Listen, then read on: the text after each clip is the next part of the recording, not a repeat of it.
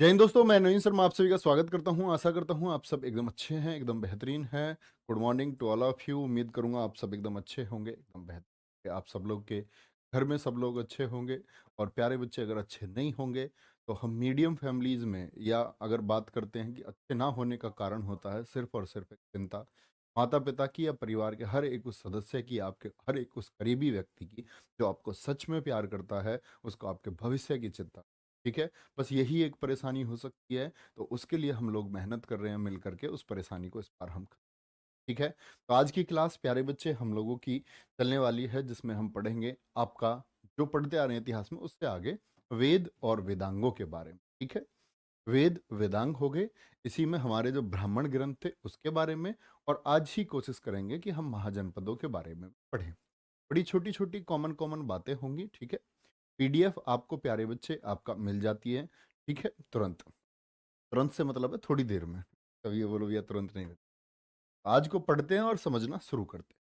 बहुत कॉमन चीजें हैं, हमेशा ध्यान से आप पढ़ते रहें। शुरू करेंगे आज की क्लास को। ठीक है। तो आप सब लोग जानते हैं कि अगर हम बात करते हैं वेदों की, वेद का मतलब क्या होता है? नॉलेज। जो मैं आपको बताता, तो वेद का मतलब नॉलेज है। और जो वेद थे ये कितने प्रकार के हैं? ये 4 प्रकार। वेद कितने हैं भारत में? 4 प्रकार। ठीक है। 4 प्रकार कौन कौन से हैं? एक हमारा प्यारे बच्चे ऋग्वेद है। कौन सा?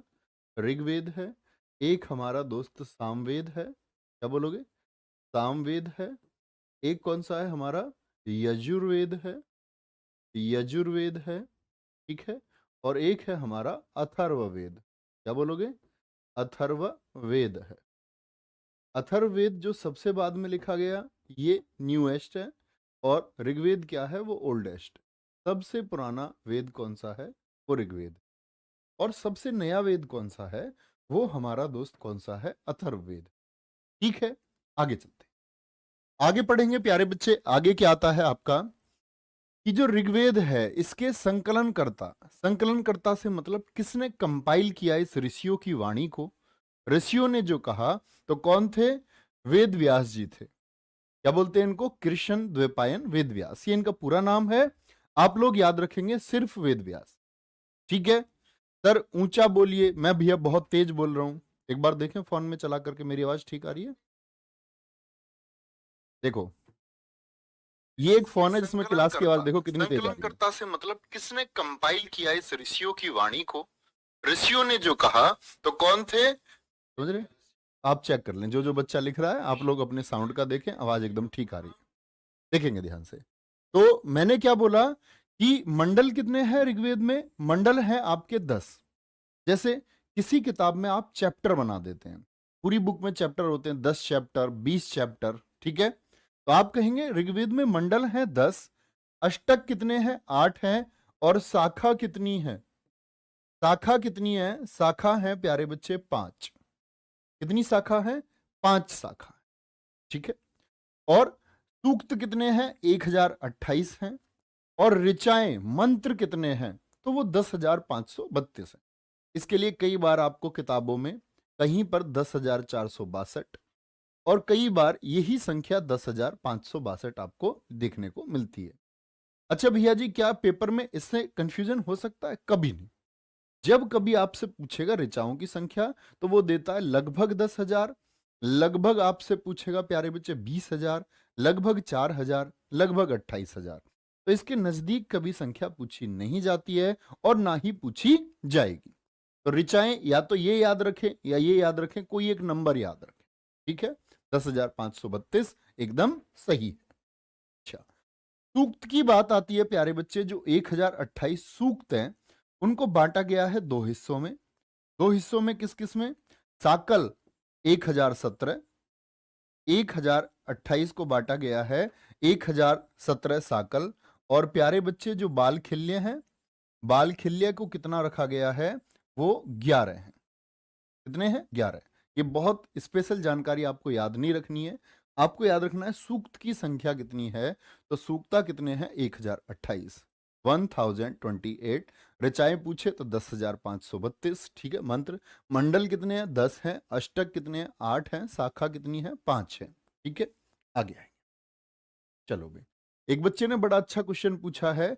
रामू सिंह जी कह रहे हैं हमको कैसे पता ये चला ये साक्ष्य किस काल के हैं? जैसे हमने बोला ये ऋग्वेदिक काल है, तो प्यारे बच्चे हर चीज की जो मैंने बोला ना मूल प्रतिलिपियां आज भी हैं ऋग्वेद की, भंडारकर इंस्टीट्यूट में रखी हुई हैं, तो किसी भी चीज से पता लगाया जा सकता है वो कितना पुराना है दोस्त। ठीक है, आगे आए। शब्द कितने लिखे हुए हैं इसमें? शब्द की बात करते हैं। शब्द कितने लिखे हुए हैं? 1.5 लाख शब्द लिखे हुए हैं। कितने बोलोगे? ऋग्वेद में शब्द कितने हैं? 1.5 लाख शब्द हैं। ठीक है। पढ़ने वाला कौन कहलाता है? जो ऋग्वेद की रचनाओं को पढ़ता है। ठीक है। ऋग्वेद की रचनाओं को पढ़ने वाला जो ऋषि होता था, उस ऋषि को हम क्या कहते थे? होत्र कहते थे। होत्र या फिर होता। ठीक है। इन सभी से क्वेश्चन बनते हैं। अभी मैंने आपको बताया जो ऋग्वेद है उसमें मंडल कितने हैं दोस्त? आप कहेंगे मंडल भैया आपने बताए 10। ठीक है। अष्टक आपने 8 बताए। शाखा कितने बताए? तो शाखा बताई आपने 5। ठीक है, आगे आएंगे। अब जो ये तीसरा मंडल है बहुत इंपॉर्टेंट पूछा जाता है। ऋग्वेद के किस मंडल में गायत्री मंत्र को बताया गया है? तो कौन से मंडल में है गायत्री मंत्र? तीसरे मंडल में, थर्ड में। ठीक है। कौन से भगवान जी के लिए है? सूर्य देवता के लिए समर्पित है। और कौन से ऋषि ने लिखा था गायत्री मंत्र? जानते हो ना, ओम भूर्श्वाहा। ये आपने सभी ने सुना होगा। तो ये गायत्री मंत्र बहुत प्रसिद्ध है, जो कॉम्पिटिटिव एग्जाम्स में लगातार पूछा जाता है। ऋषि विश्वामित्र द्वारा लिखा गया। ठीक है। चौथे मंडल में किसको? एग्रीकल्चर को यानी कृषि को बताया गया है। और जब कृषि को बताया तो यहीं से पता चला प्यारे बच्चे, एक व्यक्ति पृथुवेन्य, पृथुवेन्य पुरुष के बारे में पता चलता है। किसके बारे में? पृथुवेन्य पुरुष के बारे में। अब आप कहेंगे भैया ये पृथुवेन्य कौन है? बारे में पता चलता है। तो पृथुवेन्य वो व्यक्ति है जिसका ऋग्वेद में जिक्र आया है, और इसी को भारत का पहला कृषि इंजीनियर हम बोलते हैं, एग्रीकल्चर इंजीनियर। भारत का पहला कृषि इंजीनियर जिसको खेती का ज्ञान था। भारत का पहला कृषि इंजीनियर, एग्रीकल्चर इंजीनियर। भारत का पहला कृषि इंजीनियर किसको कहा गया है? तो वो पृथुवेन्य है। तो पृथुवेन्य का जिक्र कौन से वेद में मिलता है? ऋग्वेद, यजुर्वेद, सामवेद या फिर अथर्ववेद बोलेंगे? तो आप कहेंगे भैया ऋग्वेद में। क्या बोलेंगे? ऋग्वेद में। ठीक है, कोई परेशानी इतनी बात में? चलोगे। ये पूछ रहे ओमवीर चौधरी जी, जादू टोना किस में है? आएगा भैया जादू टोना भी। तुमको किसी के ऊपर करना है क्या? चलोगे, आगे पढ़ेंगे। नहीं प्यारे बच्चे, आप इस पे ध्यान न लगाएं। गायत्री मंत्र क्या है, आप बोलोगे मंडल क्या है, इन सब चीजों का अगर मैं एक्सप्लेनेशन आपको करूंगा तो एक दिन में शायद आप मंडल ही पढ़ पाएंगे कि मंडल क्या है। तो आप सिर्फ नाम से अपना अर्थ जोड़ें कि मंडल कितने रखे गए हैं। कभी आप यूपीएससी की तैयारी करेंगे तो तब बताएंगे। ठीक है, कोई दिक्कत? अब हम बात करने लगे साकल क्या है, बाल खिल्ले क्या है, तो उससे आपका कोई लेना देना नहीं है, क्योंकि अभी आपको गायत्री मंत्र की भी पूर्ण जानकारी नहीं होगी कि गायत्री मंत्र क्यों बोलते हैं, हम उसके बारे में क्यों बात करें। ठीक है, ये आपकी खुद की रिसर्च की चीजें हैं, ये इनका कॉम्पिटिटिव एग्जाम से कोई मतलब नहीं है। जब आपको इनके बारे में जानना हो तो रिसर्च करें। ठीक है, कोई दिक्कत? अब ध्यान से एक बार आंखें बंद करें और सोचें मैंने क्या बोला। तीसरे मंडल में क्या बताया मैंने आपको? तीसरे मंडल में दोस्त मैंने बताया आपको कि भैया गायत्री मंत्र है, ऋषि विश्वामित्र द्वारा लिखा गया है, इनके लिए भगवान सूर्य के लिए समर्पित है। ठीक है। चौथे मंडल में क्या है? कृषि को बताया गया है, और कृषि से हमको कौन से व्यक्ति का पता चलता है? पृथुवेन्य, जिसको भारत का पहला कृषि इंजीनियर कहा गया है। ठीक है, इसको ब्लॉक करो, इसका कोर्स खत्म करके इसको वापस करो। सर जी संडे में क्लास चलेगी नहीं, इसका कोर्स एंड करो। हाँ, और इनको जो है इनके पैसे रिफंड करवा। चलो ठीक है, अब संडे में क्लास चलेगी, पता चल गया। मैं कह रहा हूं भैया आपके घर की जिम्मेदारी आपके पास है, खुद को यहां फोकस रखो। क्या हम पढ़ रहे हैं? संडे क्लास होगी, मंडे होगी, नहीं होगी, वो आपको संडे को पता चल जाएगा। रोज तुम क्लास करो तो तुमको पता चले कि क्लास मंडे टू सैटरडे है। ठीक है, आया मजा? अब सातवें मंडल में क्या है? 10 राज युद्ध का वर्णन दिया गया है। एक इसको एंड करो, ये बच्चे को क्लास से इसका कोर्स वापस करो खत्म। गरीब आदमी इसने नाम लिख रखा है। इनका कहना है सर पीडीएफ से बिल्कुल समझ में नहीं आता है। तो मेरे दोस्त आपको पढ़ना नहीं चाहिए, क्योंकि अक्षर बराबर अक्षर होता है। विजयी मैं अपने हाथ से लिखूं तो भी ऐसा ही लिखा जाएगा। और 2 महीने में सिलेबस खत्म करना ये आयोग की गलती है, आपकी गलती नहीं है, ना मेरी गलती है। आयोग आपको अगर 4 महीने 6 महीने का समय देता तो मैं यही इतिहास आपको 100 क्लासेस में करा रहा होता। ठीक है, कोई दिक्कत। हालांकि मैं इसके बारे में आपको समझा चुका हूं, आज अंतिम बार समझा रहा हूं दोस्त कि भैया ये आपके दिमाग का सिर्फ एक मिथ है। बल्कि आप कभी तैयारी करेंगे ना, जो अच्छे छात्र हैं वो सिर्फ किताबों से और पीडीएफ से ही पढ़ते हैं। ठीक है, वो हाथ से लिखा, हाथ से चित्र बनाया उसका कोई मतलब नहीं हो। ठीक है, आप हाथ से हार्ट का चिन्ह बनाए या फिर उसको छिपा छिपाया एक हृदय यहां पर फोटो ले हार्ट का, वो ज्यादा बेहतर है। ठीक है, आगे चल। कोई भी ऐसा डिस्टर्बिंग एलिमेंट है, इधर उधर की बात करता है, उसका कोर्स ब्लॉक करो। और अब के वालों को पैसे मत वापस देना। ठीक है, ये पढ़ने वाले बच्चों को यहाँ रहने दो बस, जो मेहनती हैं, जो कुछ करना चाहते हैं जिन। ऐसे ही प्यारे बच्चे, तीसरा पढ़ा आपने, फिर आपने चौथा पढ़ा दोस्त। अब आते हैं हम सेवंथ, 7वें मंडल में है दसराग युद्ध का वर्णन। दसराग युद्ध क्या था? तो रावी नदी पर एक युद्ध लड़ा गया था, दसराग युद्ध। इस दसराग युद्ध में दरअसल में क्या हुआ, एक तरफ तो थे राजा सुदास। कौन थे? राजा सुदास थे। और राजा सुदास के खिलाफ थे 10 राजा। कौन थे इनके खिलाफ? 10 राजा, 10 किंग। और इसीलिए इसको कहा गया 10 राग का युद्ध। 10 राज भी कहते हैं, 10 राज्य भी कहते हैं। अब यहां इंपॉर्टेंट बात है कि जीता कौन? तो क्या बोलेंगे? राजा सुदास विजयी हुए। और राजा सुदास के जो पुरोहित थे, पुरोहित समझते हैं? पुरोहित होते हैं राजा जिससे सलाह लेते थे। राजा जिससे सलाह लेते थे कि भाई क्या किया जाए। राजा ऐसे ही नहीं चलते थे युद्ध के लिए, पहले पूछते थे जी कब युद्ध लड़ना सही होगा। ज्योतिष में बड़ा विश्वास रखते थे लोग। तो इनके पुरोहित थे राजा वशिष्ठ। और बाकी के जो 10 राजा थे, इनकी तरफ ऋषि थे विश्वामित्र। समझ रहे हो, ऋषियों का झगड़ा हो गया ये दरअसल में। झगड़े का कारण था कि ऋषि विश्वामित्र ये पुरोहित हुआ करते थे पहले, किसके? राजा सुदास के। लेकिन सुदास जी ने अपने पुरोहित चेंज कर लिए, मतलब वो ब्राह्मण चेंज कर लिया जिससे सलाह लेते थे। तो विश्वामित्र को हटा करके किसको रख लिया? वशिष्ठ को। तो विश्वामित्र जी तो नाराज हो गए।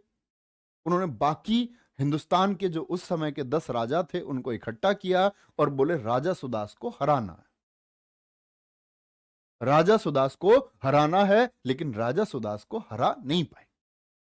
बात समझे? आगे चलेंगे। 8वें मंडल में क्या है? हस्तलिखित रचनाओं के बारे में वर्णन है कि हाथ से ये रचनाएं कैसे लिखी गई। जैसे हमारा बच्चा अभी कह रहा था एक हाथ से लिखने के लिए। ठीक है, विकास सिंह कह रहे सर आप अच्छा पढ़ाते हो और पीडीएफ भी शॉर्ट में, फॉर्म से सही में मजा आ गया, बहुत बढ़िया। हाँ, मैंने चीजें आपके लिए ही ऑर्गेनाइज की हुई। ये बैच में पढ़ा चुका हूं, आप उनसे पूछें हाकी बैच वाले बच्चों से, ये मेरी ही लिखी हुई चीजें हैं। मैंने अपने हाथ से बच्चों को लिखाई थी ये चीजें। अब वो मॉडिफाइड चीजें मैं आपके सामने पेश कर रहा हूं, आपके लिए और ज्यादा मेहनत की गई है। बोलेंगे इसमें कई लोगों की मेहनत शामिल है, जो क्लास टाइप करते हैं उनकी मेहनत, उनके इसमें 2 घंटे जा रहे हैं दोस्त, आप ही के लिए किया जा रहा है। क्या बोलेंगे? हस्तलिखित रचनाओं के बारे में वर्णन, और क्या बोलेंगे? खिल कहा जाता है। और एक और बात तुम्हें अंतिम बार में बता दूं कि इस तरह की बातें मैं करता नहीं हूं। जितनी समय मैंने आपका ये ले लिया 5-10 मिनट, मैं इसमें बिल्कुल विश्वास नहीं रखता कि मैं बेकार बच्चों के कमेंट्स के जवाब दूं। तो आगे बैच खत्म हो जाएगा, आप ऐसी उम्मीद मत रखना। ठीक है, अच्छे बच्चे मैं अपना आप समझ जाऊंगा जिसका प्रश्न क्या होगा।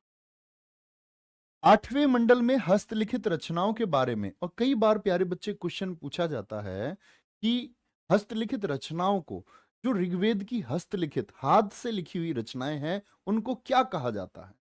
उनको खिल कहा जाता है। क्या कहा जाता है? खिल कहा जाता है।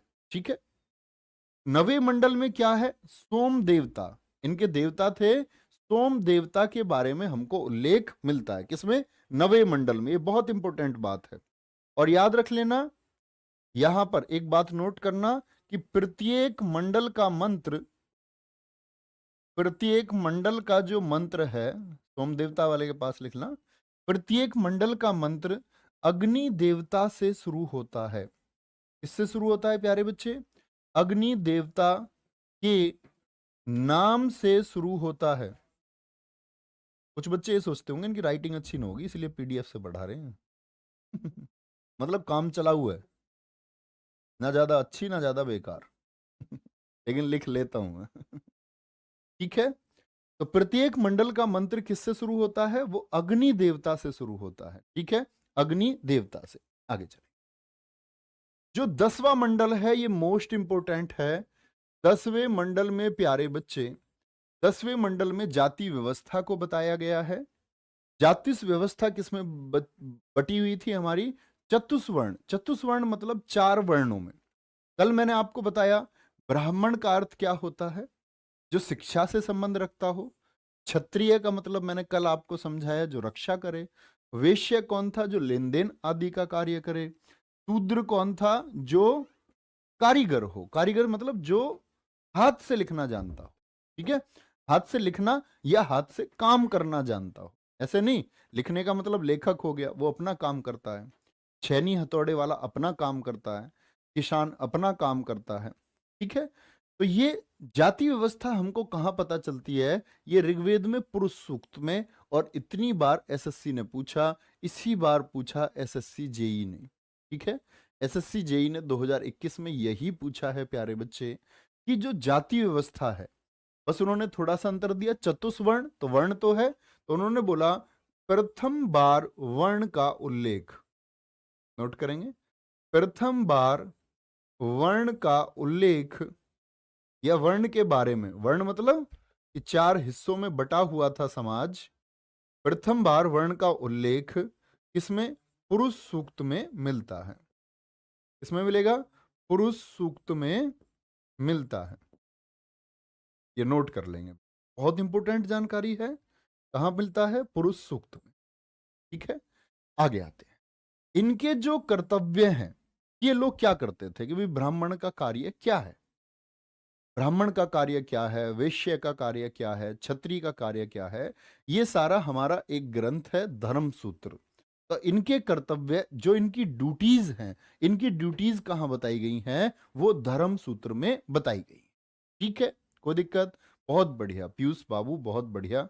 चलो, पीयूष बाबू कह रहे हैं कि ऊपर दिखाएंगे, ब्राह्मण परम पुरुष के मुंह से, क्षत्रिय भुजाओं से, वैश्य जांघों से और शूद्र पैरों से निकले। ठीक है, ये आपका ऋग्वेद में कहीं इसका वर्णन नहीं मिलता। ये अन्य जो रचनाएं ना बहुत सारे लोगों ने की, वहां से इसका उल्लेख मिलता है। ऋग्वेद में ऐसी बात दोस्त कहीं भी नहीं की गई है। ठीक है, कहीं पर भी नहीं की गई है। चलो, अब ऋग्वेद का उपवेद कौन सा है? वो आयुर्वेद है। समझना, अब आप कहेंगे भैया वेद का उपवेद क्यों होगा? तो ऋग्वेद को आसान बनाने के लिए, ऋग्वेद को समझ में आ पाए, ऋग्वेद को लोग समझ पाए, इसीलिए उसका उपवेद लिखा गया। छोटी रचना लिखी गई जिसमें चीजों को आसान किया गया। तो ऋग्वेद का उपवेद कौन है? वो आयुर्वेद है। ठीक है, ये याद रखेंगे। लेकिन एक हमारे सुश्रुत हुए हैं, आचार्य सुश्रुत। सुश्रुत इस बात को नहीं मानते हैं। सुश्रुत के अनुसार जो ये आयुर्वेद है, ये अथर्ववेद का उपवेद है। तो कॉम्पिटिटिव एग्जाम में क्या क्वेश्चन बनता है? सुश्रुत के अनुसार, सुश्रुत के अनुसार जो आयुर्वेद है ये किसका उपवेद है? तो आप कहेंगे भैया जी ये उपवेद है हमारा किसका? सुश्रुत के अनुसार अथर्ववेद का। लेकिन दरअसल में बाकी सब के अनुसार तो शुद्ध मान्य क्या हो गया? मान्यता किसको देंगे हम? जो बाकी सब ने माना, तो बाकी सब मानते हैं ऋग्वेद का ही है आयुर्वेद। ठीक है, तो उपवेद समझ गए। किसी वेद को समझने के लिए जो रचना की जाए वो उपवेद है। ठीक है, आगे ऋग्वेद की रचना पूर्व वैदिक काल में हुई, ये हम पढ़ चुके। मैंने वैदिक काल में ही आपको ये बता दिया था। अच्छा, जो ऋग्वेद का समय था तो वैदिक काल में कौन कौन सी चीजों की खोज हुई थी? लोहा और तमाकू। ठीक है, तो लोहे की खोज हुई लेकिन तमाकू का ज्ञान नहीं था। सबसे इंपॉर्टेंट बात है कि जो ऋग्वेदिक काल समाज था, जो आज का ये नशा है, ये तंबाकू का इनको नॉलेज नहीं था, तंबाकू का ज्ञान नहीं था। तो भैया आज तो बहुत तंबाकू है भारत में, हर किसी को देखो चौथा आदमी गुटखा खाता है। ये तंबाकू कहाँ से आया? तो ये तंबाकू मैं आपको बताऊंगा। मध्यकालीन भारत में अकबर अपने दरबार में बैठा हुआ होगा, पुर्तगाल से एक व्यक्ति आएगा बर्नील, और अकबर को गिफ्ट करेगा आकर के तंबाकू, ये लो जी तंबाकू खा लो। समझ रहे हैं? तो पहली बार हमारे देश में जो टबैको, जिसको तंबाकू आप कहते हैं, ये किसने इंट्रोड्यूस कराया? ये पुर्तगालियों ने इंट्रोड्यूस कराया। ठीक है, बिल्कुल रवि चाहर जी, बहुत शानदार। कोई दिक्कत इतनी बात में? आगे चलते हैं। अब आते हैं उत्तर वैदिक काल की तरफ। पूर्व वैदिक काल का टाइम पीरियड बताओ एक बार। तो पूर्व वैदिक काल था आपका 1500 बीसी से लेकर के 1000, और प्यारे बच्चे उत्तर वैदिक काल था 1000 से लेकर के 600 बीसी। ये टाइम हम पहले बांट चुके। अच्छा, उत्तर वैदिक काल में वेद त्रयी किसकी रचना हुई है? वेद त्रयी, यानी कुछ पार्ट तो ऋग्वेद का, कुछ पार्ट ऋग्वेद का, सामवेद का और यजुर्वेद का। तो पूछा जाता तीन वेद यानी वेद त्रयी, इकट्ठे तीन वेदों को रखा गया है। अब यहां इंपॉर्टेंट बात आएगी जी, चौथा वेद क्यों नहीं है इसमें? क्योंकि जो श्रेष्ठ वेद है, जो सबसे लोकप्रिय वेद है, जो लोगों के लिए जिसमें लिखा गया, वो अथर्ववेद। तो अथर्ववेद इसमें क्या है? शामिल नहीं है। क्या बोलोगे? अथर्ववेद, क्योंकि ये बहुत बाद में लिखा गया है, बहुत बाद में लिखा गया है। इसमें लोगों के बारे में लिखा गया है, जादू टोना, वशीकरण, ठीक है, और खोया हुआ प्यार वापस कैसे पाएं, सौतन से छुटकारा, ये मतलब मजाक की चीज है, ठीक है, डोंट बी सीरियस। तो ये अथर्ववेद मतलब घरेलू चीजों के बारे में जो उपाय हैं, वो सब किसमें? अथर्ववेद में बताए गए। तो वो सबसे बाद में लिखा गया, वो नया है, एकदम न्यू। लोकप्रिय इसीलिए क्योंकि उसमें चीजें ही ऐसी हैं। लोगों को ऋग्वेद समझ में नहीं आएगा, वो समझ में आ जाएगा कि पड़ोसी घर में झगड़ा कैसे करवाएं। आ जाओ, अब आते हैं हम, दूसरा वेद है सामवेद। सामवेद ठीक है सर, पुर्तगाली पहले इंडिया पर राज करते थे प्यारे बच्चे, पुर्तगाली भी आएंगे, उनके बारे में वहां पढ़ेंगे, है ना? चलो, सामवेद। अब आप कहेंगे सामवेद में संगीत का जनक कहते हैं, यानी संगीत का प्रयोग हुआ। तो आपके दिमाग में फिर प्रश्न आएगा कि ऋग्वेद में क्या है फिर भैया? तो ऋग्वेद में देवताओं से प्रार्थनाएं हैं। ऋग्वेद में क्या किया गया है? देवताओं की स्तुति में लिखा गया। स्तुति मतलब पूजा में, हे परम परमेश्वर। तो भगवान जी की स्तुति में जो कुछ भी लिखा गया है वो क्या है? वो ऋग्वेद में। सामवेद में संगीत, स्वरों का पहला प्रयोग सामवेद में हुआ। स्वर, स्वर जानते हैं? जैसे आपने अगर हिंदी में पढ़ा होगा, ए आ, हिंदी भाषा में 11 स्वर होते हैं। ए आ, ई, दीर्घ ई, उ, दीर्घ उ, ठीक है। फिर आपका री आ जाता है, स्वर है। ए, दीर्घ ए होता है। ओ, दीर्घ ओ होता है। तो ये 11 स्वर जो हैं, इनका प्रयोग कहां पर हुआ? आप कहेंगे भैया जी सामवेद में हुआ। तो मोस्ट इंपोर्टेंट है कि संगीत से संबंध किस वेद का है प्यारे बच्चे? वो सामवेद का है। ठीक है, सामवेद को पढ़ने वाले को क्या बोलते हैं? उद्गाता। और अभी मैंने बताया ऋग्वेद को पढ़ने वाले को क्या बोलते थे? उनको कहते थे भैया जी हम, बोले एक बार, होत्र या होता। बहुत बढ़िया देश Deepak ji, too much thank you मेरे। देखो ऐसा होता है, हम लोगों को क्या मिलता है? नो डाउट आप लोग नौकरी करोगे, आप पैसे कमाओगे, अपने घर की स्थिति को संभालने के लिए आप हर वो कार्य करेंगे जो संभव है। यही कार्य हम करते हैं। बस इतना होगा कि शायद किसी को पैसे कम, किसी को ज्यादा, लेकिन एक चीज हमारे तुम्हारे बीच की बॉन्डिंग को दर्शाती है, आपकी पॉजिटिवनेस। आप कितने पॉजिटिव हैं, वो हमको उतना ही पॉजिटिव करता है। कल आप नौकरी पर रहोगे, आप सीमा की रक्षा कर रहे हैं, आप अपना काम कर रहे हो बहुत अच्छे से, बहुत मन से, दिल से, सब कुछ छोड़ छाड़ के, घर परिवार। अब एकदम से मैं आपके पास आता हूं वहीं बॉर्डर पर, और मैं कहता हूं यार तुम क्या कर रहे हो? तुम्हारे अफसर आएंगे, सीनियर ऑफिसर, वो तुमको डांट देंगे, नाराजगी होगी।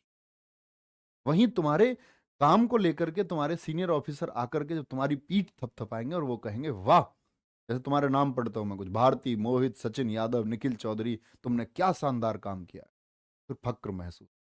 ये पॉजिटिव कमेंट्स होते हैं जो हमको ऊर्जा देते हैं। इसके लिए हर उस बच्चे को थैंक यू है जो इस काम को जानता है।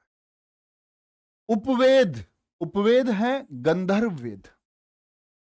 उपवेद क्या है, और मैं पूरे स्टाफ की तरफ से सब लोगों से रिक्वेस्ट करता हूं, कुछ अध्यापक ऐसे होते हैं जैसे शुरुआत होती है नहीं, तो कुछ बच्चों को इतना भी नहीं पता होता कि भाई उनको कॉपरेट करना है। अध्यापक है, अध्ययन करके ही आए होंगे। दुनिया में कोई भी व्यक्ति विशेष नहीं होता, कोई भी व्यक्ति परिपूर्ण नहीं होता। उसमें उन टीचर्स में कमी निकालते हैं बहुत सारे बच्चे। मैं देखता हूँ टेलीग्राम में कोई किसी टीचर के लिए लिख देता है कि मुझे उनका समझ में नहीं आ रहा है, मुझे ये समझ में नहीं आ रहा, मुझे ये समझ में नहीं। तो दैट्स योर प्रॉब्लम, वो आपकी परेशानी है ना। आप उसके लिए व्यक्ति पर प्रश्न चिन्ह नहीं लगा सकते। तो मैं आप लोगों से रिक्वेस्ट करता हूँ, आप इस तरह की चीजों को प्रसारित ना करें।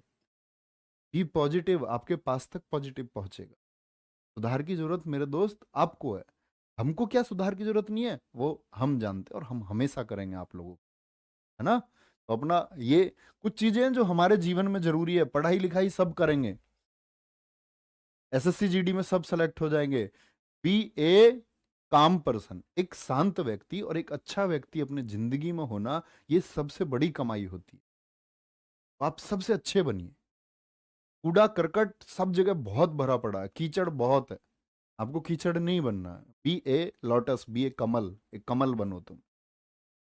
वापस आएंगे तो उपवेद, उपवेद क्या है, वो गंधर्व वेद है। ठीक है, यानी कि सामवेद को समझने के लिए, सामवेद को समझने के लिए गंधर्व वेद लिखा गया। संकलनकर्ता कौन है, भरत मुनि है। ठीक है, भरत मुनि जी ने इसको लिखा। ऐसे ही आते हैं यजुर्वेद पर। यजुर्वेद का संबंध किससे है, यज्ञ से, कर्मकांडों से। गद्य और पद्य दोनों में है, यानी प्रोज में और वर्स, यानी प्रोज और पोइट्री दोनों में है। अब यहां पर इंपॉर्टेंट बात यह आती है प्यारे बच्चे कि गद्य और पद्य दोनों में कैसे लिख दिया। तो यहां पर अगर मैं बात करूं किसकी, यजुर्वेद की, तो याद रख लेना यजुर्वेद दो भागों में बटा हुआ है। जो प्यारे बच्चे हमारा यजुर्वेद है, यजुर्वेद दो भागों में बटा हुआ है। कितने में बटा हुआ है, दो भागों में बटा हुआ है। और वो दो भाग कौन कौन से हैं, एक है शुक्ल यजुर्वेद, शुक्ल यजुर्वेद, ठीक है, और एक है हमारा कृष्ण यजुर्वेद। शुक्ल बोले तो सफेद, जब चंद्रमा अपने उजाले की तरफ बढ़ता है जैसे शुक्ल पक्ष। कृष्ण पक्ष, जब चंद्रमा घटता हुआ चला जाता है, विलुप्त हो जाता है, यानी कि अमावस्या की तरफ जब चंद्रमा चलता है। चंद्रमा पहले बड़ा साइज होता है, फिर घटता घटता चला जाता है, अमावस्या आ जाती है, फिर बढ़ता बढ़ता चला जाता है तो पूरा चंद्रमा हो जाता है पूर्णिमा। तो ये सफेद है, उजाला। कृष्ण मतलब काला। तो प्यारे बच्चे जो ये शुक्ल यजुर्वेद है, इसको हम वाजश्नेयी, क्या बोलोगे, वाजश्नेयी संहिता भी कहते हैं। शुक्ल को क्या बोलते हैं, वाजस्नेयी संहिता भी कहते हैं, ये याद रखें। ठीक है, अब बात आई कि दो भागों में तो बटा हुआ है, फिर गद्य में कौन सा है, जो प्रोज में है, जो गद्य में है वो कौन सा है, वो कृष्ण है।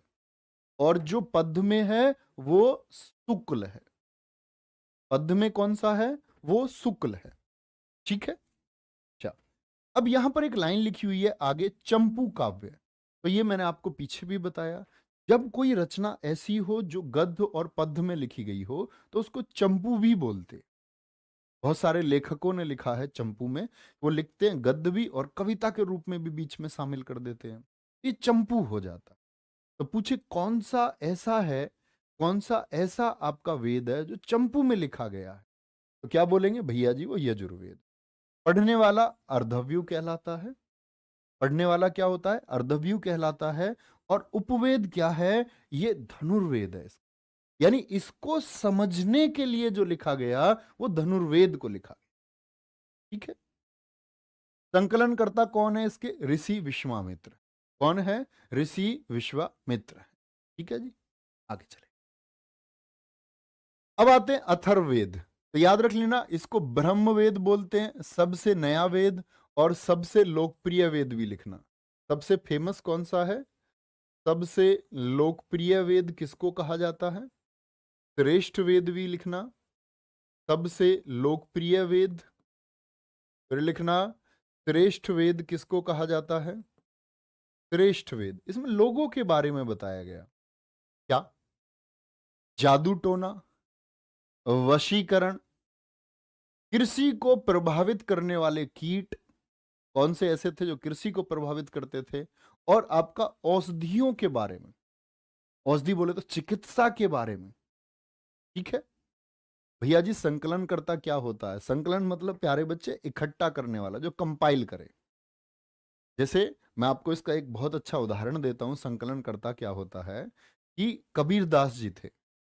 कबीर दास जी अपनी पूरी जिंदगी उन्होंने कुछ लिखा नहीं, वो सिर्फ बोलते रहे। लेकिन उनके एक शिष्य थे जो उनको बड़े ध्यान से सुनते थे कि गुरुजी क्या कह रहे हैं। उनका नाम था धर्मदास। तो धर्मदास ने कबीर दास जी की वाणी का संग्रह किया और रचनाएं लिख दी तीन, साखी, सबद, रमैनी। कबीरदास जी की तीन रचनाएं हैं, अगर नहीं पढ़ी हैं तो जाने। साखी, सबद, रमैनी, ये तीनों कबीरदास जी ने नहीं लिखी, ये उनके किसी शिष्य ने, जिनका नाम था धर्मदास, उन्होंने लिखी। ऐसे ही वेदों की वाणी कहा जाता है कि ये ईश्वर की वाणी है। और ईश्वर की वाणी को किसके द्वारा? ऋषियों के आत्मज्ञान के द्वारा। जब ऋषियों को ज्ञान हुआ तो उन्होंने इसको लिखा, उसको बोलते हैं हम संकलन करता। ठीक है, आगे आएंगे। कन्या जन्म पर निंदा किसकी की गई है? अथर्ववेद की। यानी कि हमारा ऋग्वेद बहुत ठीक था। ऋग्वेद में मैंने आपको बताया कि जो वैदिक काल था उसमें लोग कितने एडवांस थे, पर्दा तक नहीं करवाते थे, छुआछूत जैसी चीजें नहीं थी, ये जातियों का जो अंतर है ये नहीं था। लेकिन जैसे जैसे समाज आगे बढ़ता गया, समाज भ्रष्ट होता चला। हम लोग खुद को विकसित कहने लग गए, दरअसल में हम लोग खत्म हो चुके थे और अपने खात्मे की तरफ हम लोग बढ़ रहे थे। जो मनुष्य है वो मनुष्य से दूर होता जा रहा है। अथर्ववेद जब लिखा गया तो कन्या जन्म पर निंदाएं होने लगी, कन्या को एक अभिशाप समझा जाने लगा और लोग समझने लग गए कि भाई अब कन्या घर में आई तो लोगों के माथे पर सिकन आने लगी। समझ रहे हैं ये किसकी वजह से हुआ? लोगों की वजह से। ये क्यों हुआ जी? दरअसल में आप देखोगे, मैं आपको जब पढ़ाऊंगा चंद्रगुप्त मौर्य के बारे में, चंद्रगुप्त मौर्य जैसे शासकों को मगध में दहेज की प्रक्रियाएं शुरू हो गई।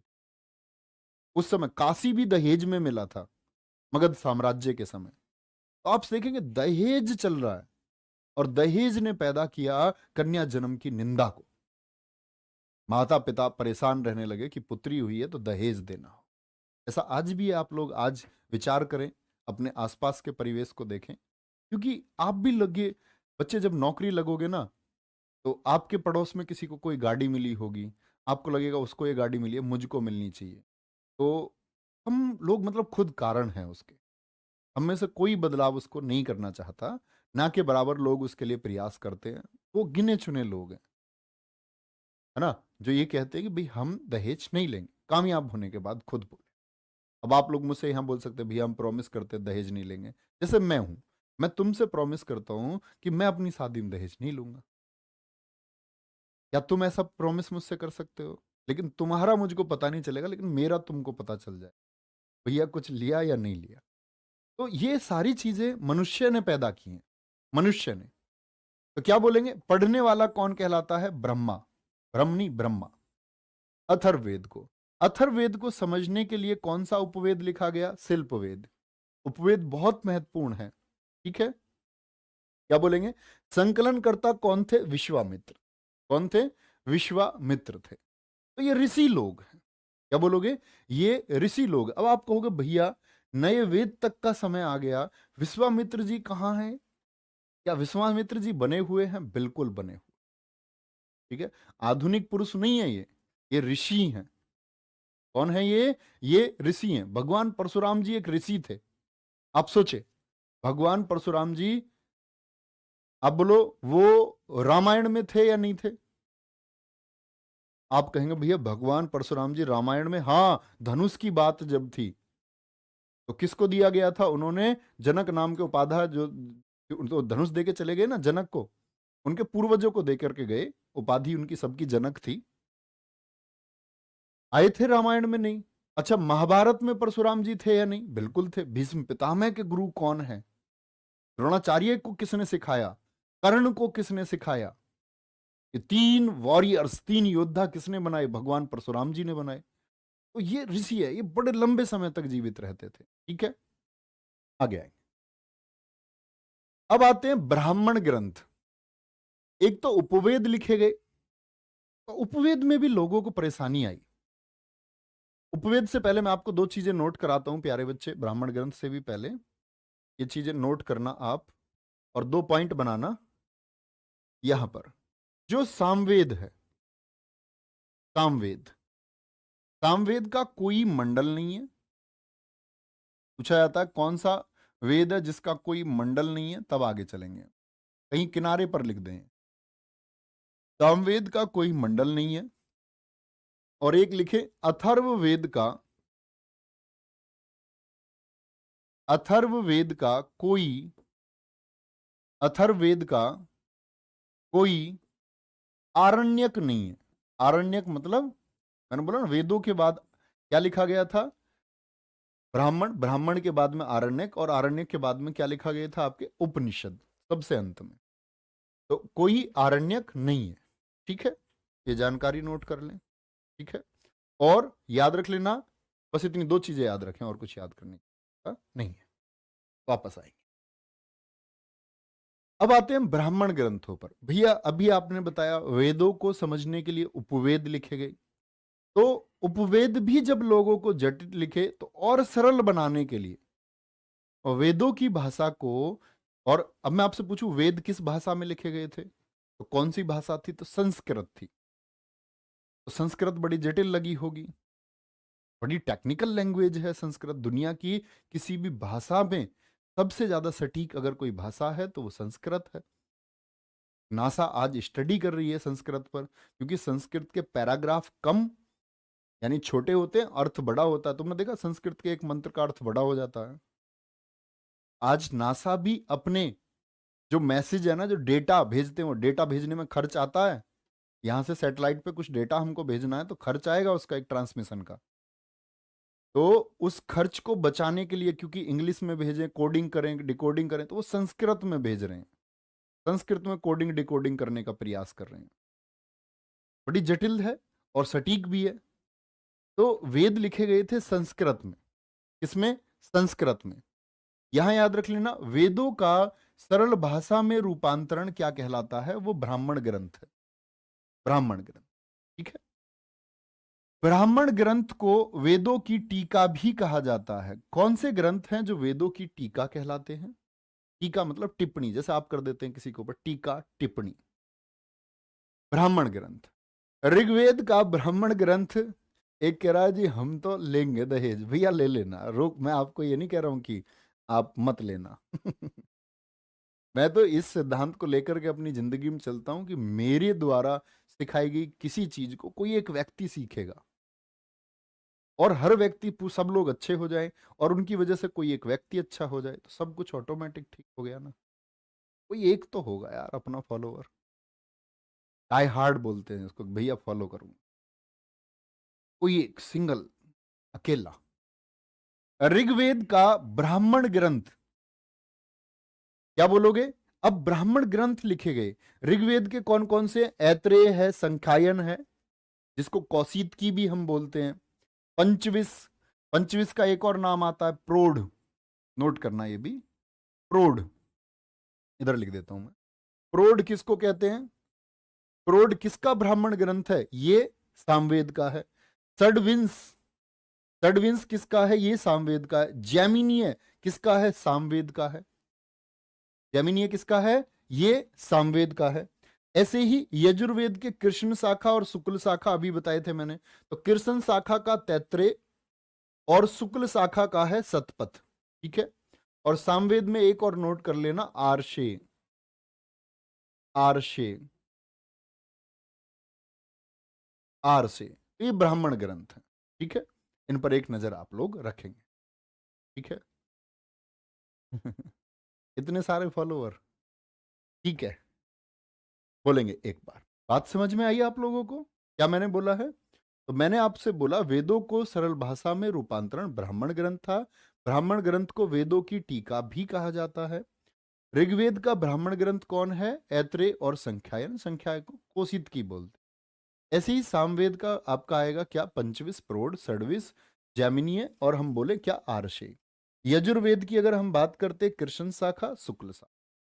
और अथर्ववेद का अकेला गोपथ ब्राह्मण, शायद लिखा हुआ होगा आगे। अथर्ववेद का कौन सा है? आपका गोपथ ब्राह्मण ग्रंथ। इसकी एक ब्रांच भी बताई जाती है, शाखा है पिप्पलाद शाखा। कौन सी शाखा का है ये? पिप्पलाद शाखा। वेदों की 5 शाखाएं हैं ना ऋग्वेद की, उनमें से ऐसे ही आपका एक शाखा बनती है अथर्ववेद में जो पिप्पलाद शाखा है, ऋग्वेद की शाखाओं की तरह ही। तो अथर्ववेद की पिप्पलाद शाखा का कौन सा है? वो आपका गोपथ है और सबसे ज्यादा पूछा जाता है। ठीक है भैया, कोई दिक्कत? ठीक है, आगे आएंगे। आगे आएंगे भैया। सर जी चंद्रगुप्त मौर्य किस जाति से थे? पढ़ाएंगे, सब कुछ आ जाएगा। बहुत सारे मत है उनके लिए, वो किस जाति। क्रम से पढ़ते रहेंगे। पता है, जिस दिन आपकी इतिहास की अंतिम क्लास हो उस दिन बस फील करना और एक मैसेज लिखना अंत में टेलीग्राम। उस दिन लिखना कि आपने क्या सीखा, इस 2 महीने पहले आप क्या थे और इस 2 महीने में आपने क्या सीखा।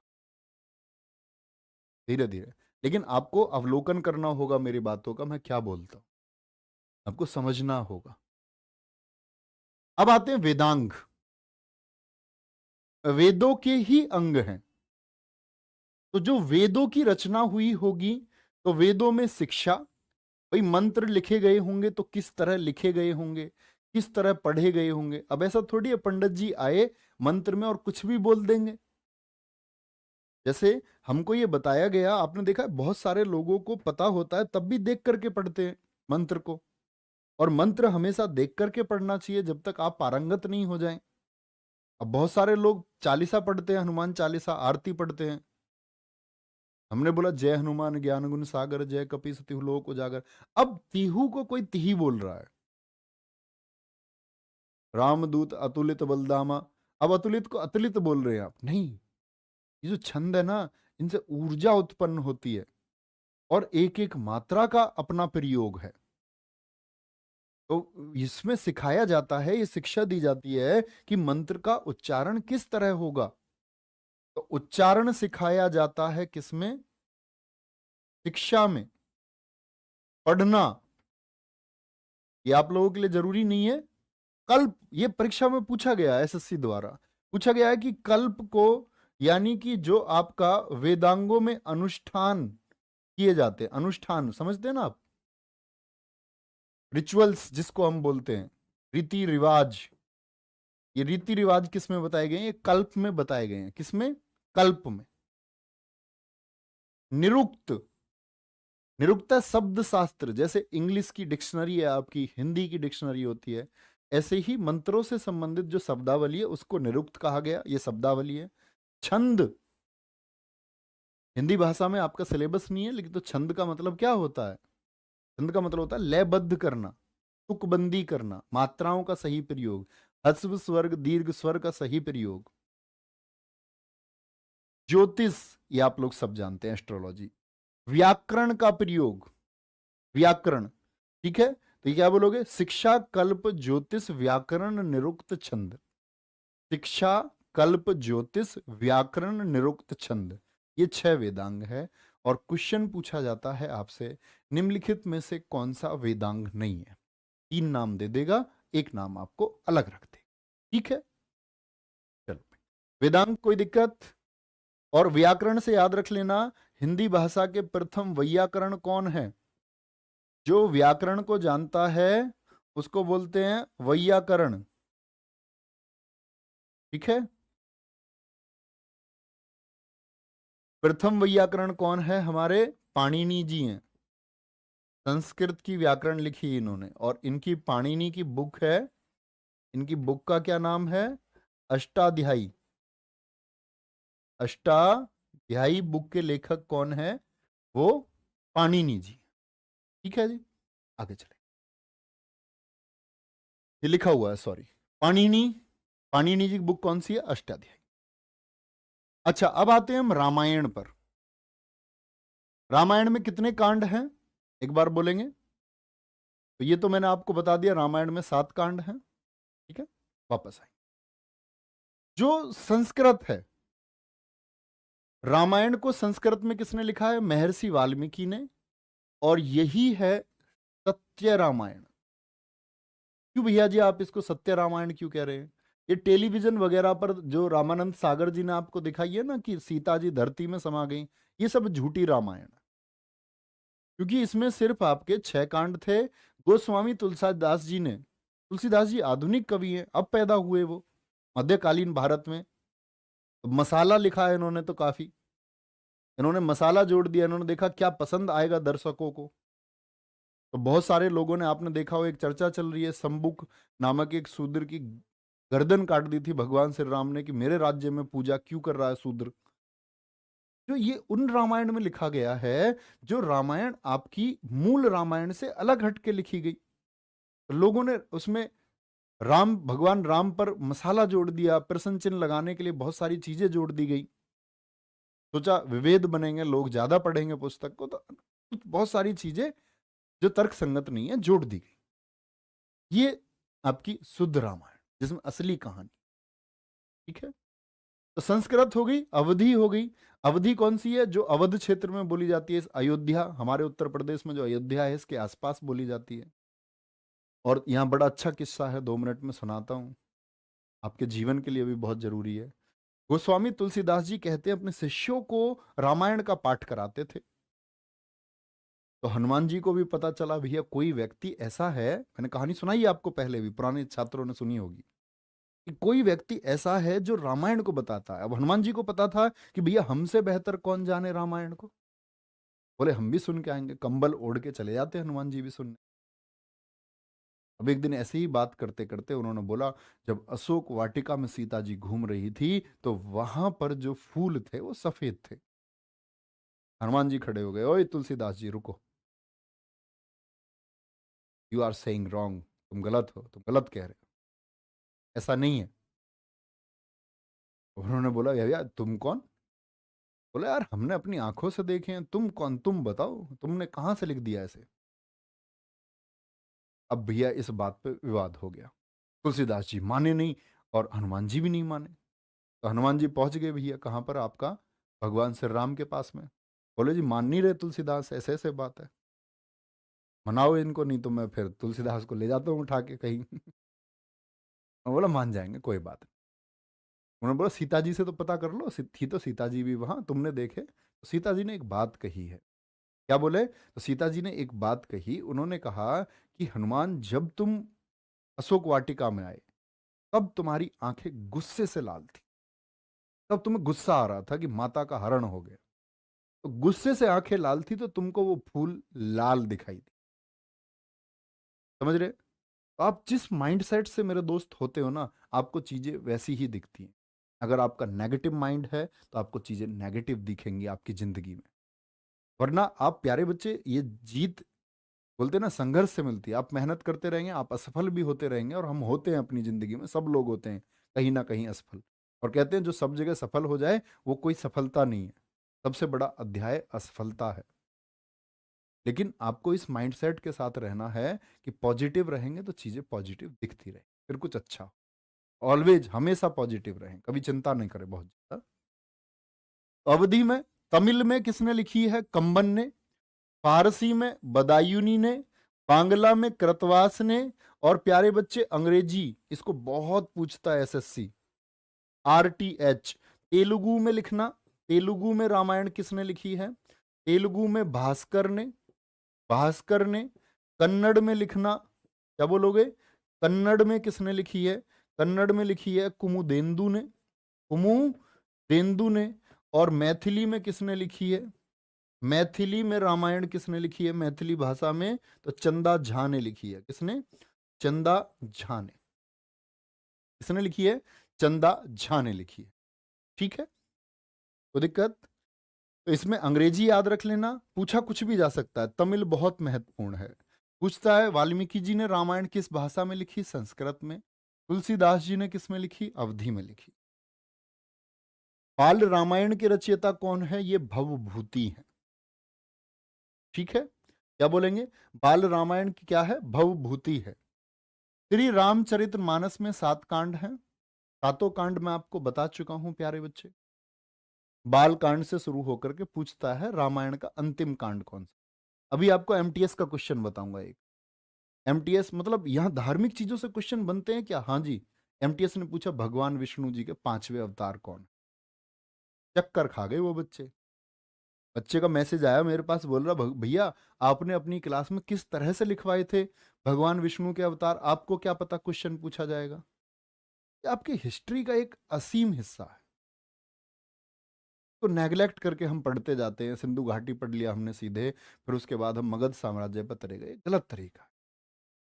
इंटरेस्ट तभी आएगा जब हम क्रम से पढ़े। बात समझे? बाल कांड से लेकर के उत्तरकांड तक, ये द्वारा मत नोट करने लग जाना। महाभारत की बात करते हैं। महाभारत हेडिंग लिखेंगे महाभारत। महाभारत के लेखक कौन है? तो प्यारे बच्चे व्यास जी हैं। कौन है? वेद व्यास जी ने लिखा है किसको? महाभारत को। अब महाभारत का भी अंग्रेजी अनुवाद लिखना किसने लिखा है? किसारी मोहन गांगुली।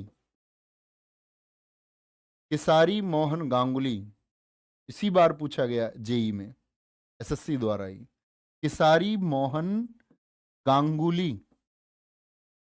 ठीक है, ये अदर फैक्ट कुछ भी बचेगा ये मैं सारे आपके 3 बजे की जीएस की क्लास में कवर करता रहूंगा। वो मैं खुद स्टडी करता रहूंगा। देखो आप लोग अपने चैप्टर पढ़ रहे हो, मैं सभी टीचर्स का ये पढ़ रहा हूँ कि कहीं किसी का कुछ मिसिंग तो नहीं है किसी सब्जेक्ट में।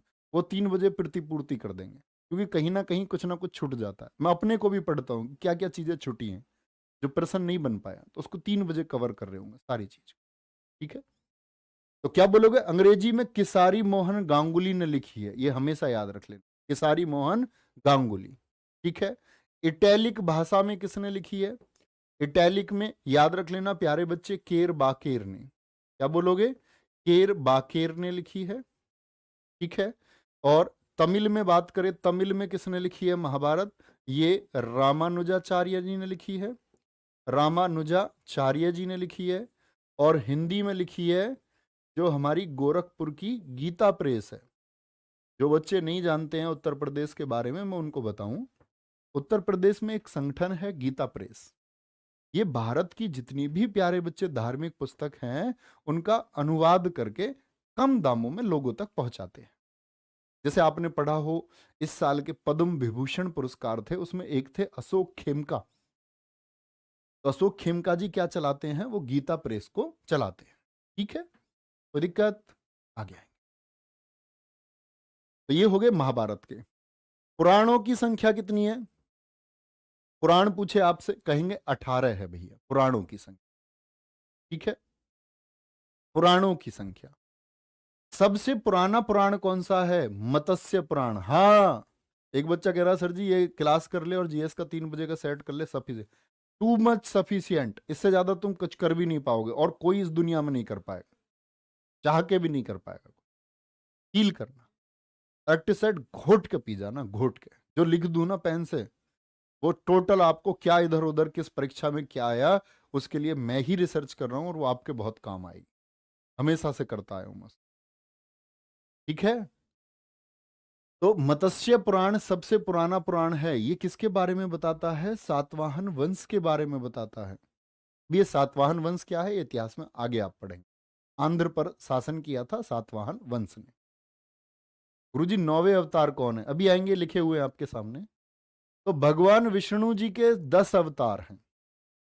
जैसे डार्विन ने बोला कि भाई, किसी ने बोला कि बंदर से विकास हुआ, किसी आपका जीव विज्ञानी ने बोला कि मनुष्य वानर के करीब है, लेकिन हमारी थ्योरी, हमारे पुराणों ने क्या कहा कि हमारा जन्म हुआ मत्स्य से। पहले हम जल में थे, फिर कुर्मा, कुर्मा मतलब जमीन में, जल से थल पर आया, कूर्मा जो जमीन को भेद करके चलता है, कूर्मा अवतार। वराहा किसको बोलते? कछुआ को। कछुआ क्या होता है? पानी में भी रह लेता है और जमीन पर भी रह लेता है। देख रहे हो हमारा विकास हुआ है जल से थल, जल और थल दोनों। नरसिंह अवतार, जब भगवान जी ने प्रहलाद की रक्षा के लिए हिरण्य कसीपू को मारा, क्या बन गए थे? आधा आधा इंसान और आधा आधा क्या बन गए थे? भगवान विष्णु। जो बच्चे नहीं जानते होंगे, यूपी बोर्ड में तो छोटी क्लासेस में पढ़ाई जाती है। हिरण्यकशिपु के बारे में सुना हो, हिरण्यकशिपु, प्रहलाद, होलिका। तो ये नरसिंह अवतार लिया था भगवान जी ने। वामन अवतार, छोटा, वामन मतलब होता है बौना। राजा बलि को घमंड हो गया, दानी बने और बोले कि मुझसे बड़ा दानी कोई नहीं है। तो भगवान जी आए, भगवान विष्णु जी ने वामन अवतार लिया और राजा बलि को मना लिया कि भैया कोई हमको तुम अवदान दे दो। उसने बोला मांग लो, क्या मांगना? तो उसने बोला 2.5 डग जमीन चाहिए। 2.5 डग, 1 2 और 2.5। और फिर विराट स्वरूप अपना धारण किया और 2.5 डग में क्या बोलते हैं कि पृथ्वी नाप ली पूरी। तो ये वामन अवतार था। भगवान श्री रामचंद्र, भगवान श्री रामचंद्र व्यक्ति नहीं है। लोग इनको फॉलो करें, इनका क्या रास्ता था, ये कैसे पुरुषोत्तम बने, इनका मार्ग कैसा था, कैसा इनका जीवन था, ये गाथा आप लोगों को दी गई कि आप इसको फॉलो करें। लेकिन कुछ लोग जो मूर्ख लोग हैं वो इस चीज में फंसे हुए हैं, रामायण झूठी है या सत्य है। आपको इस बात से कोई लेना देना नहीं है। आपको इसकी लर्निंग्स क्या हैं, आप इससे क्या सीख सकते हैं। भगवान श्री कृष्ण प्रेम का प्रतीक, बचपन से कष्ट में रहे। देखा आपने, भगवान श्री कृष्ण हमेशा से कष्ट में, जीवन के अंत तक ऐसे। लेकिन एक राजा बनने की कहानी, लोगों के दिलों को जीतने की कहानी, अन्याय के खिलाफ लड़ने की कहानी मैं आपको छोटे छोटे प्रसंग क्लासेस में सुनाता रहूंगा। भगवान परशुराम, यहां देखो, शांत, प्रेम, क्रोध, एक क्रोध की परिभाषा देने के लिए, क्रोध से एक शांति में पृथ्वी की स्थापना के लिए भगवान परशुराम। तो कौन से हो गए? 1, कूर्मा 2, वराह अवतार 3, नरसिंह 4, वामन अवतार 5। भगवान श्री राम 6ठे अवतार थे, कृष्ण 7वें, भगवान परशुराम 8वें अवतार थे। कौन से? 8वें अवतार। 9वें कौन थे? महात्मा बुद्ध, इनको माना गया है महात्मा बुद्ध। और 10वें अवतार हैं जिनका आना अभी बाकी है। कहते हैं कि 10वां अवतार जो आएगा वो पूर्ण रूप से बौद्धिक, और कोई एक ऐसा व्यक्ति आएगा जो दुनिया को बदल देगा। आज जैसे ये कलयुग आ गया है ना, तो कोई एक ऐसा व्यक्ति आएगा जो आज को बदल देगा, साधारण इंसान बनकर के जन्म लेगा, क्योंकि सब साधारण हुए हैं। भगवान बुद्ध एक साधारण व्यक्ति पैदा हुए थे, जिनको अपने बारे में ज्ञान तक भी नहीं था। विवाह भी हो गया, और चिंता के चलते मैं महात्मा बुद्ध के बारे में आपको पढ़ाऊंगा सब कुछ। ठीक है, कोई परेशानी, कोई दिक्कत? अच्छा, विष्णु पुराण में, पुराण 18 है ना, तो मत्स्य पुराण सबसे पुराना। विष्णु पुराण में, मत्स्य पुराण में बताया गया सातवाहन वंश, विष्णु पुराण में मौर्य वंश को, वायु पुराण में गुप्त वंश को बताया गया है। गुप्त वंश हम पढ़ेंगे, ठीक है। भागवत पुराण, भागवत पुराण में कृष्ण भक्ति के बारे में बताया गया है। और हमने उपनिषद पढ़े थे ना प्यारे बच्चे, तो उपनिषद में एक है ज्वालोपनिषद। ज्वालोपनिषद, ज्वालोपनिषद में कितने आश्रम बताए गए हैं? 4 आश्रम। भैया जी, महाभारत को जय संहिता भी कहते हैं? हाँ जी, जय भारत भी बोलते हैं, जय संहिता भी बोलते हैं, ठीक है। अब 4 आश्रम कौन कौन से हैं? बोला गया कि व्यक्ति को अपने जीवन में 4 आश्रम, ये टॉपिक पढ़ लें बस, इसके बाद एंड है। तो क्या बोला गया कि ज्वाला उपनिषद में बताया कि व्यक्ति को अपने जीवन में 4 स्टेज में रहना पड़ेगा। एक ब्रह्मचर्य, 0 से 25 वर्ष तक आप ब्रह्मचर्य का पालन करें। ब्रह्मचर्य क्या होता है भैया जी? ब्रह्मचर्य मतलब होता है कि जैसे आप सोचते हैं कि आप किसी और के साथ रिलेशन में जाओगे, फिजिकल रिलेशन में, इससे बच करके रहना, इस तरह की भावनाओं से आपको बच करके रहना है। और आपके शरीर के अंदर जो शक्तियां हैं वो आपको बचा करके रखनी है, वो अपशिष्ट नहीं करनी है। ये ब्रह्मचर्य है। गृहस्थ, 25 पर आपकी शादी और 50 तक आपको गृहस्थ को समय देना है। शादी करनी, बच्चे वगैरह, ये सब घर का पालन, घर की जिम्मेदारियां, अपने कर्तव्य है। 50 से 75 आप वानप्रस्थ कर जाएं। ये पुराने समय थे, आज तो कोई जीता ही नहीं 100 साल। वन को जाएं इसके बाद, और वन को जाने के बाद में सन्यासी जीवन जिए 75 से 100 तक। सन्यासी मतलब कि आप लोग जो शिक्षा है, जो वाणी है, जो वेदों की वाणी है, भगवान की वाणी है, उसको लोगों तक पहुंचाएं। और बदले में क्या, कोई भाव ना रखें कि मुझ तक कुछ आएगा। और जब हम ऐसा भाव नहीं रखते हैं कि कुछ चीज मुझको बदले में मिलेगी, तो हम स्वार्थी नहीं होते हैं। और स्वार्थी नहीं होते हैं तो चीजें हमको आसानी से, इतिहास को आप सोचने लग जाएं कि एक क्वेश्चन करने के लिए पढ़ रहा हूं, दो क्वेश्चन करने के लिए पढ़ रहा हूं, तो ये स्वार्थ हो गया।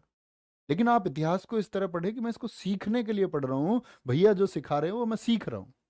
तो वो भी होना है काम, प्रसन्न तो बनेंगे, बाकी सीखोगे और कुछ निखरोगे। तो अपना ख्याल रखिए बहुत सारा। ठीक है, आगे बढ़ते रहिए। और कल की क्लास में प्यारे बच्चे हम लोग आगे पढ़ रहे होंगे, कहाँ से, महाजनपद से। ठीक है, आज हम ये नहीं पढ़ पाए हैं, हालांकि छोटा सा टॉपिक। तो अपना ख्याल रखिए, है ना। बहुत सारा thank you, bye bye, take care. जय हिंद, जय भारत। मिलते हैं 3 बजे यूट्यूब पर। Take care.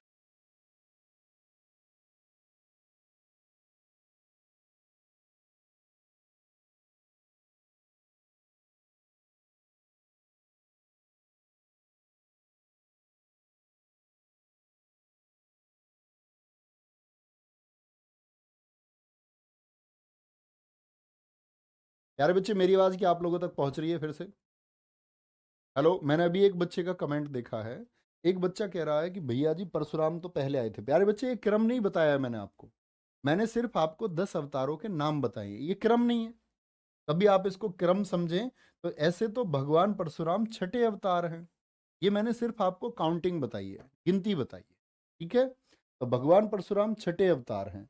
वामन यहाँ तक ठीक है, 5 तक एकदम ठीक है। भगवान परशुराम ये छठे अवतार है, ये बात याद है। ठीक है, क्या बोलोगे? ये छठे अवतार है। तो ये प्यारे बच्चे, आप लोगों का क्रम नहीं बताया मैंने, गिनती बताई है कि 10 अवतार। ठीक है, तो अपना ख्याल रखें। Okay, bye, take care. जय हिंद, जय